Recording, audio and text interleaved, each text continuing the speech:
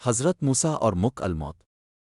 بخاری اور مسلم میں حضرت موسیٰ علیہ السلام کی وفات کا واقعہ اس طرح بیان کیا گیا ہے کہ حضرت موسیٰ علیہ السلام کی وفات کا وقت قریب آیا تو موت کے فرشتے نے ان کی خدمت میں حاضر ہو کر عرض کیا، اب اپنے رب کی طرف سے پیغام اجل کو قبول کر حضرت موسیٰ علیہ السلام نے اس کے تمانچہ رسید کر دیا جس سے اس کی آنکھ پھوٹ گئی۔ اس نے اللہ تعالیٰ کے پاس جا کر کہا، تیرا بندہ موت نہیں چاہتا، اس نے میرے منہ پر تمانچہ مارا ہے۔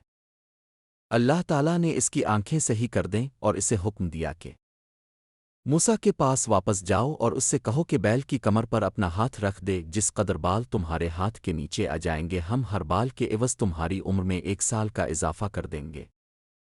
فرشتہ حضرت موسیٰ علیہ السلام کی خدمت میں حاضر ہوا اور اللہ کا پیغام سنایا۔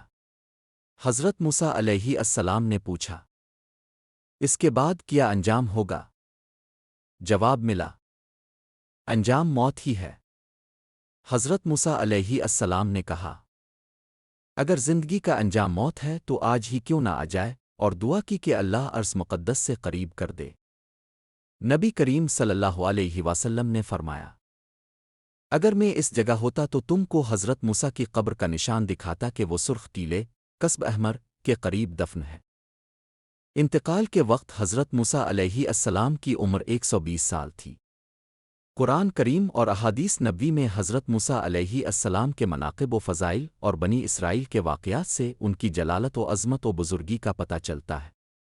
سورہ اعراف میں ہے، اللہ تعالیٰ نے کہا، اے موسیٰ، بے شک میں نے تمہیں لوگوں پر بزرگی عطا کی اور تم کو چن لیا اپنی رسالت دے کر اور ہم کلامی کا شرف بخش کر۔